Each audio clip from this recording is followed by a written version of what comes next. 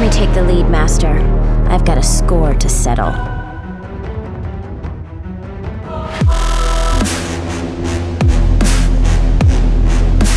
I'm not impressed.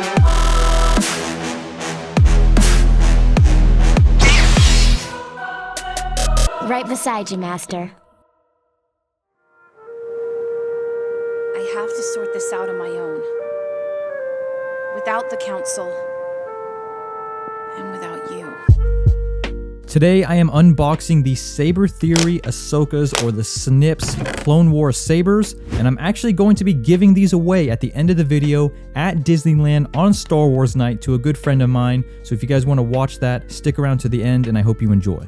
So let's go ahead and take a look at what comes inside this case. Starting on the right side, you're going to get 2 of everything in here, which includes a charger. The USB-C charger is for the Shoto hilt, the shorter one, and the black charger over here is for the longer hilt, the Sheen hilt. They both take different chargers. Next up, we have the USBs, which these are for changing or adding your fonts in the future. Here we have the tool bag, which should have plenty of screws in here for you. Now, next up, we have the display stands, and I'm a little iffy on these stands, and don't get me wrong, they're not bad, but they are definitely not my favorite. For the longer hilt, it just does not sit even, and that kind of bothers me, so you have to either move it forward like this, which doesn't look too bad, or you have to move it backwards like this, which I just don't really like how this looks. The Shoto hilt, on the other hand, sits perfectly in this stand, but I also just really don't like how tall and awkward these are. Moving on to the center of the case, we have the hilts, of course, in this sort of saran wrap so they don't come scratched up and they're well protected.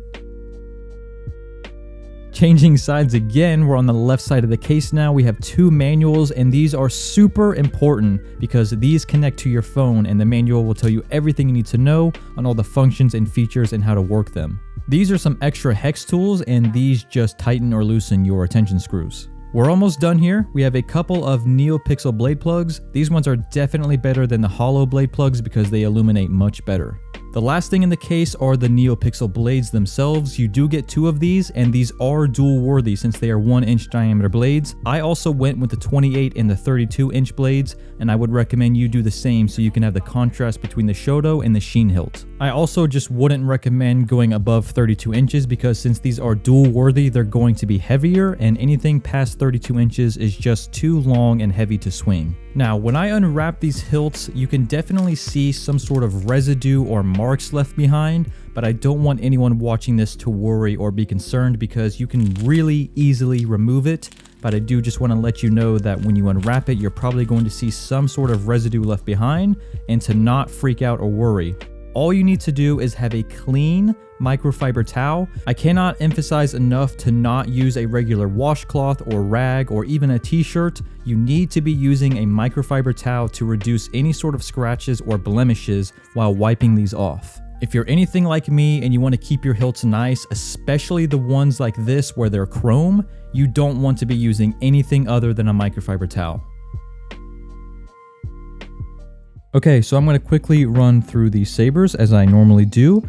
This part will be showing how to use them and how to charge them so you don't mess anything up. It's really important that everybody watches this section as usual. We're going to start with the Shoto hilt. The Shoto is the shorter hilt. In order to charge this one, you actually have to fully take out the chassis. So we're going to start by taking off the bottom pommel piece down here. These are fingerprint magnets, so I'm not even going to worry about all the fingerprints that end up on this throughout this part. So you've got the chassis sticking out at the bottom, and this does take a little bit of work to get to it. I don't know if you have to unscrew this specific part here, but I'm just going to basically completely dismantle this hilt so you know how to do it.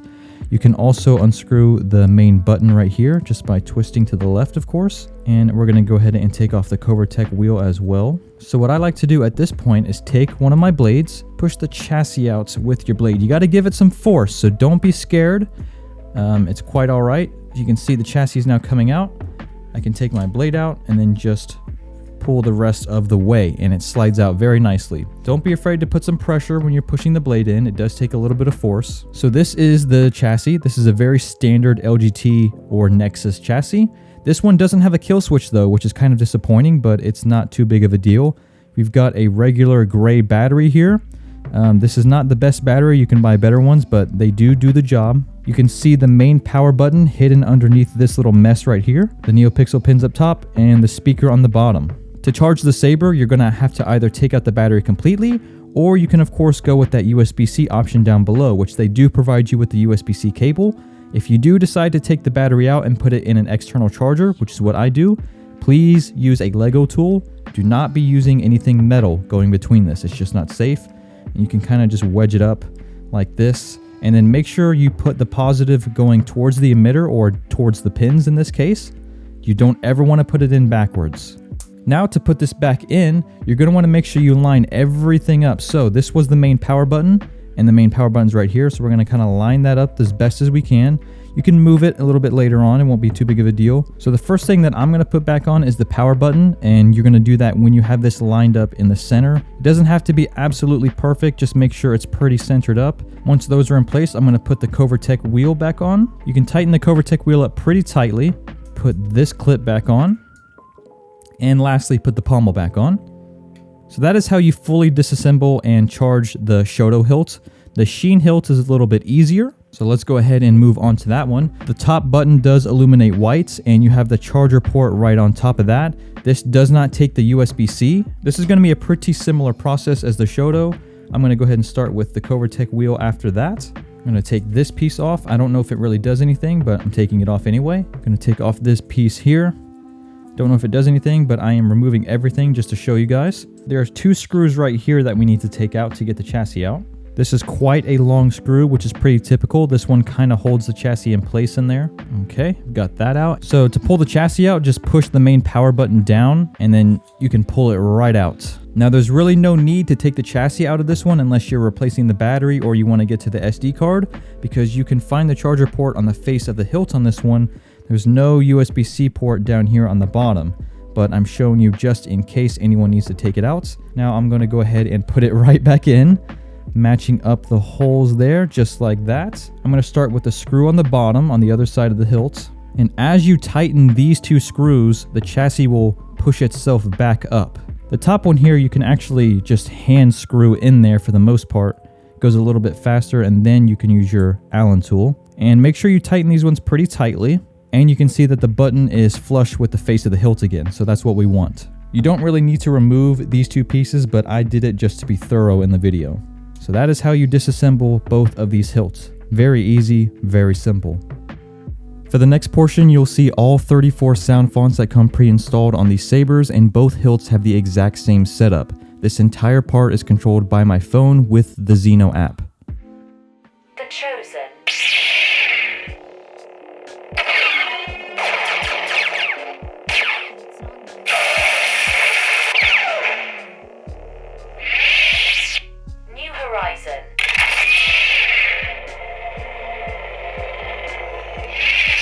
The Dark Sword.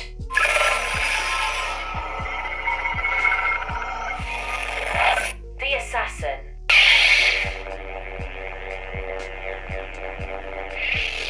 The Knight.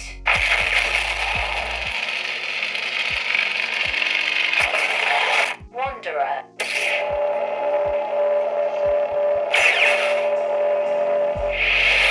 The Protector.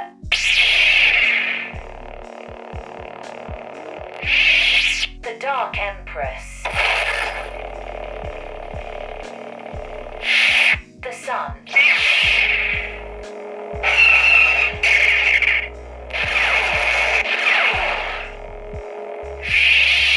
The Third Hunter.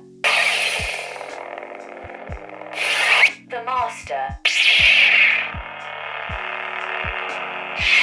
The Dark Lord Order.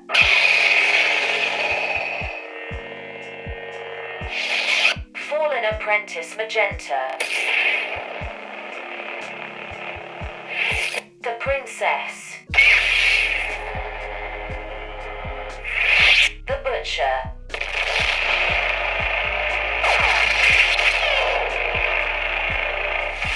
Truly Lost.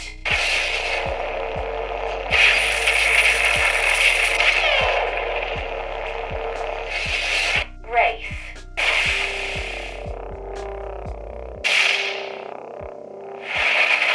The Senate.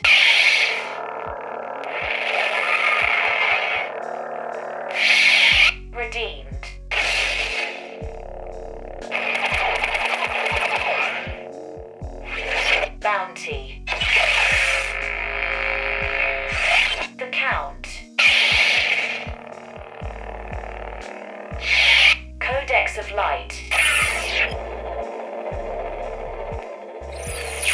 Cyber Terror.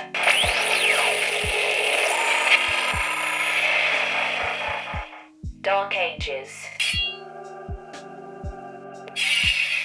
Hatred.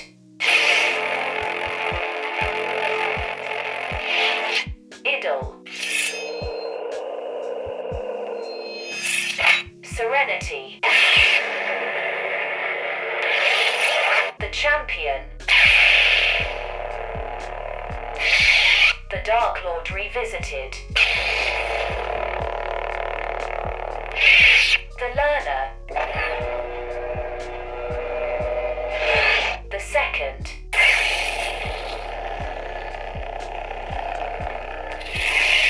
The Teacher. Whispers of Power. Moonfield.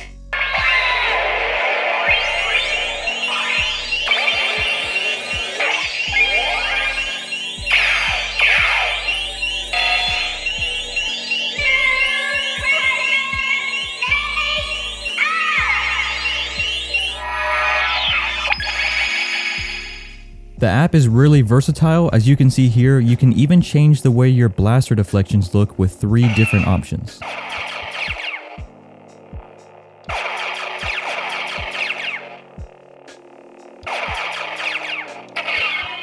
You can also change your ignitions with 8 different options. Broken ignition.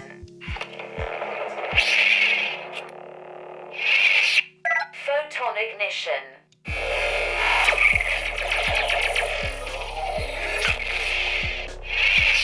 Stack ignition. Warp ignition. Phaser ignition.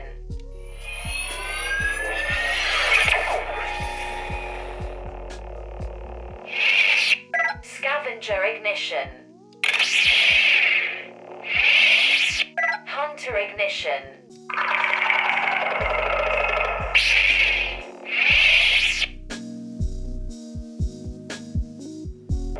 Fireblade. Steady. Unstable. Rainbow blade. Candy blade. Cracked blade. Pulse. Flash blade.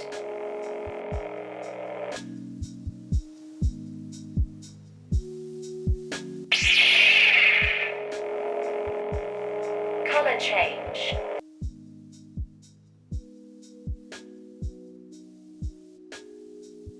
Color change.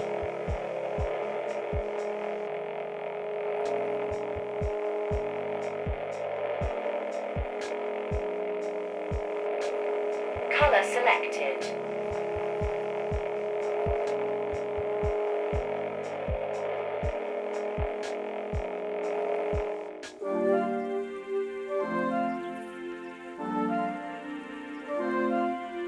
We go. All right, Shoto and long one. Whichever Doesn't matter. one. Yeah.